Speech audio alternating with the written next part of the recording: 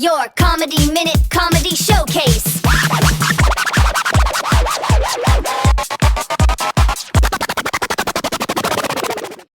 Your Comedy Minute Comedy Showcase. Our first comedian is coming to us from Mexico, Maine. Mexico, Maine. I didn't even know that existed. He's been doing comedy for over 10 years or more. Please welcome Zac Calden. Zac, thank you for being here, buddy. Thank you. Yeah. Thank you for having me. Mexico, Maine. It's a small little mill town on the western mountains. But I lived in Colorado for a little bit. And when I was out there, I was getting dental work done. And the assistants were like from Mexico, the country. And they were looking at me all side-eyed and shit. Like, I'm not from this, because my sheets all say Mexico, comma, M-E. So they were just, I'm like, no, gringo. But yeah, it's a small little town, not much to do. That's where I be from. I'll start it off.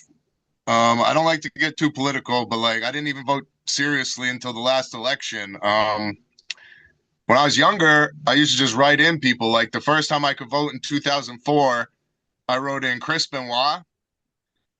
He's an old WWF wrestler, and if you don't know who he was, like he did some bad shit, like killed his wife, killed his kid. But the real thing that was holding him back was he was fucking Canadian. In 2008, I voted for Macho Man Randy Savage, and he died during the term he would have served by having a heart attack while he was driving. So, like, okay, I'm doing 0 for 2. In 2012, I voted for the Ultimate Warrior, and the powers that be just decided to take him during the term that he would have served. So, like, I'm starting to sense a pattern. So in 2016, I stopped fucking voting because I was sick of killing all my favorite wrestlers. And I think I saved Hacksaw Jim Duggan's life. But then in 2020, I just wrote in fuck Trump, and a bullet almost got him. So I realized, like, shit, man, if I would have just wrote in Donald Trump, Joe Biden, and Hillary Clinton back in the day, we would have been fucking saved from this mess that we're in, man. And some of them wrestlers would still be alive. But J.D. Vance, the couch fucker, he went and killed the Pope not too long ago. I don't know if you guys know about that. Went and killed the Pope.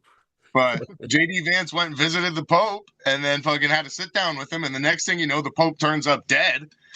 So I looked into that a little bit and I realized Kanye West probably fucking sent him to do it because the same week that all went down, Kanye West admitted that he used to suck his cousin's dick when he was 15. Oh my God. So he's like, that's a signal to the Catholic Church to be like, listen, I'm one of you. You should let me be the Pope. And he sent J.D. Vance in to take him out. And I got to say, when they released that Black Smoke, I thought the fucking Kanye got it. I was like, shit, man. They're going to be wearing Yeezys over in the Vatican and shit. But that's not what them releasing the Black Smoke means. I actually know that because I went to Catholic school. And if anyone went to Catholic school, you know that there's a thing called Stations of the Cross. And in my church, it was like a big fancy church. We had like this crucifixion up front, real nice. But the guy looked like he was a fucking junkie. So when we're doing Stations of the Cross, Jesus being the guy, my bad.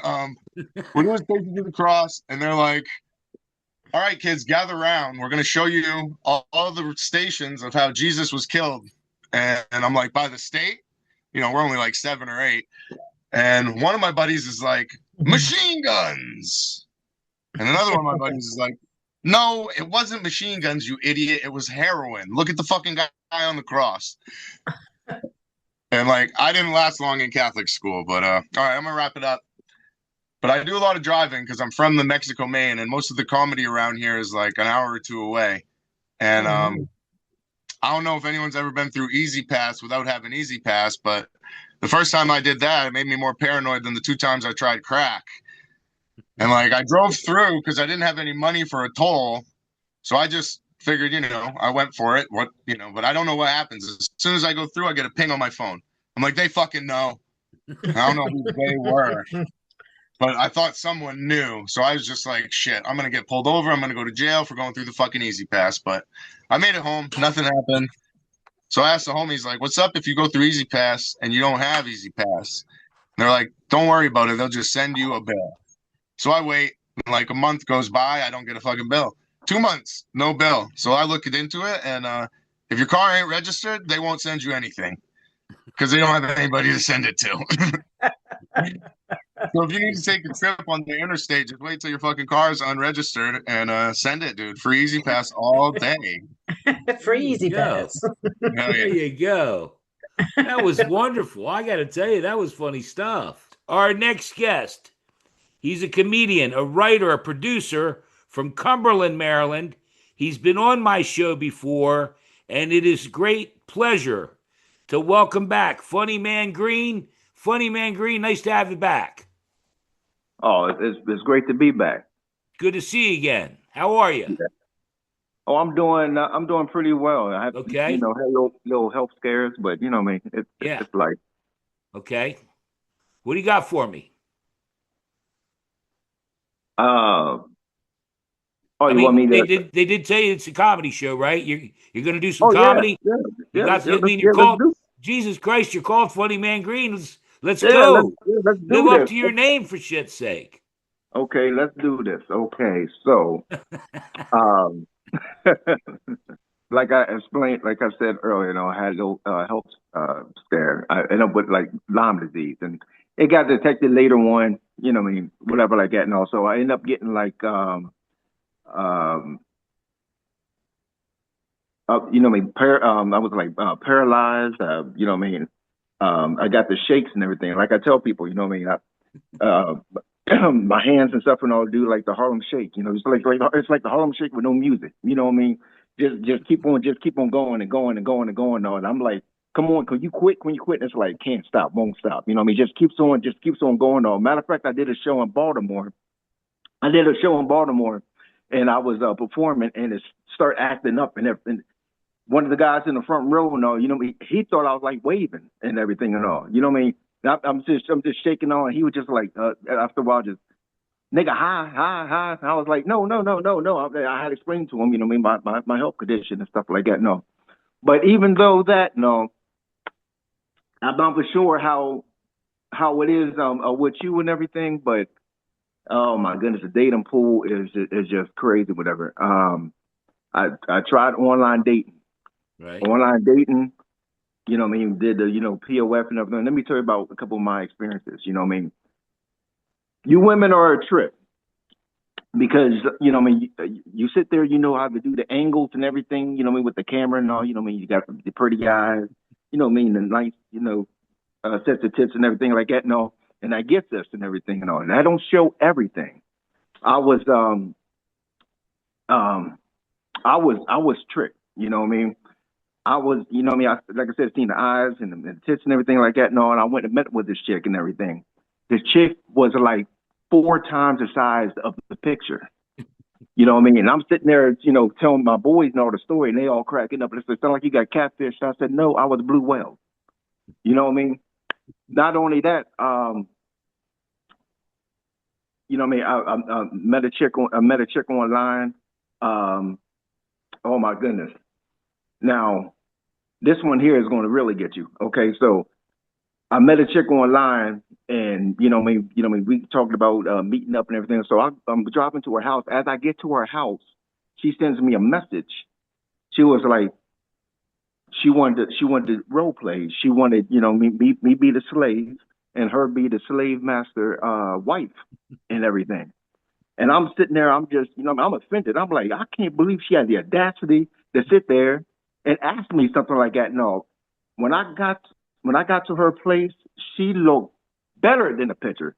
It was to the point I went up to her and I said, "We better hurry up before Masters gets here." And my dad, he recently had a birthday and everything. Okay. And for the rest of the set, I'm going to dedicate this set to my dad. My dad, he wasn't. Take your time. You're killing. You He keep wasn't. going. He wasn't. In my life. I'm 48. I'm 48 years old. He was in my life maybe like 10 years because he was in and out of prison. But I got a couple stories. I got a couple crazy stories. Okay, so when I was younger, this is my first and my last time going fishing. He took me fishing and everything, right? Right. And he was an alcoholic. Like he drank more than he fished. Yeah, Right. and not only he was an alcoholic and everything, he was like a loud drunk and everything. He was so loud, the fish came out the water and was like, you know what I mean, jump back in, you know what I mean. And one time he went to, you know what I mean, cast, you know what I mean, cast the reel and everything. You know, he was wondering where in the world the hook and everything. Well, here it was stuck in my thumb and everything. So he goes later on. He goes, we going back to the house and everything. And he said, "Hey son, you see that turtle right there?" And I said, "No, what turtle?" His drunk ass with one arm picked me up, put me over top of the bridge, and pointed and said, "That turtle right." To this day, I can't tell you what the turtle looked like, but I was like, "Oh, I see that turtle. I see that." I don't know if it was a ninja turtle or a snap. I don't know what kind of turtle it was, but I was scared he was going to drop me, you know me, into the water and everything with his drunk ass and everything. Another thing about my dad is the reason why he was in and out of prison was because he stole drugs and everything. And you know what I mean, of course, you know what I mean, him being a drug dealer, you know what I mean, people that, you know what I mean, he messed with and all assumed that I sold drugs. So that, you know what I mean, so first thing they would do is that, you know what I mean, they would see me and they told me, they were like, "Yeah, that's messed up. Your dad's locked up and everything." I'd be like, "Yeah." And they'd be like, "Yeah, you got anything?" I was like, "No, I don't do that mess and everything." You know? And they was telling me, they was like, "Man, I'm telling you, your dad has some good stuff."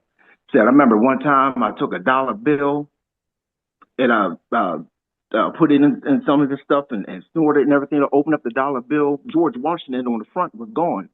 I flipped over on the back here. He was slided up and down the pyramids and stuff. I also about my dad when he did come out. Um, my family and everything, they was like, "Hey, you know what I mean, your dad, you know what I mean, he's out, you know what I mean, he's the family reunion, you trying to see him." I'm all excited. I'm like, "Oh yeah, that's cool, that's cool, that's cool," and everything else. So I go and see him. First thing he says is, "Hey son, can I borrow $15?" I said, "Dad, you owe me about $1 million in child support." He said, "Well, let me get this $15 and I owe you 1,015,000."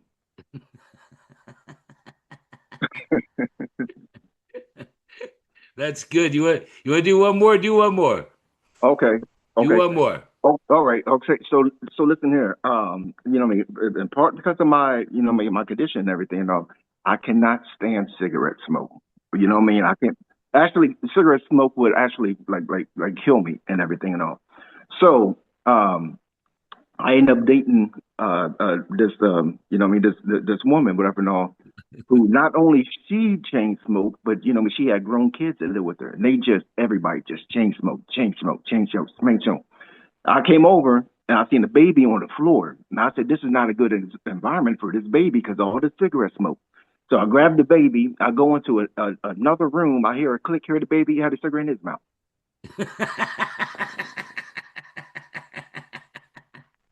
I didn't have an introduction last time.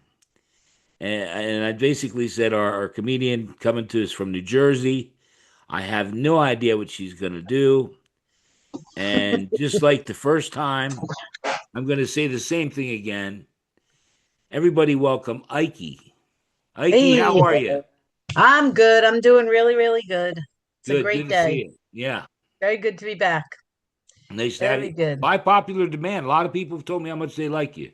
Really? I did get some messages from people. I was like shocked, like, "Oh my God," I got Yeah, you're messages funny as heck. from Scott's show. So I was very happy about that. Good, good. What do you have for us tonight? Do you have something for us tonight?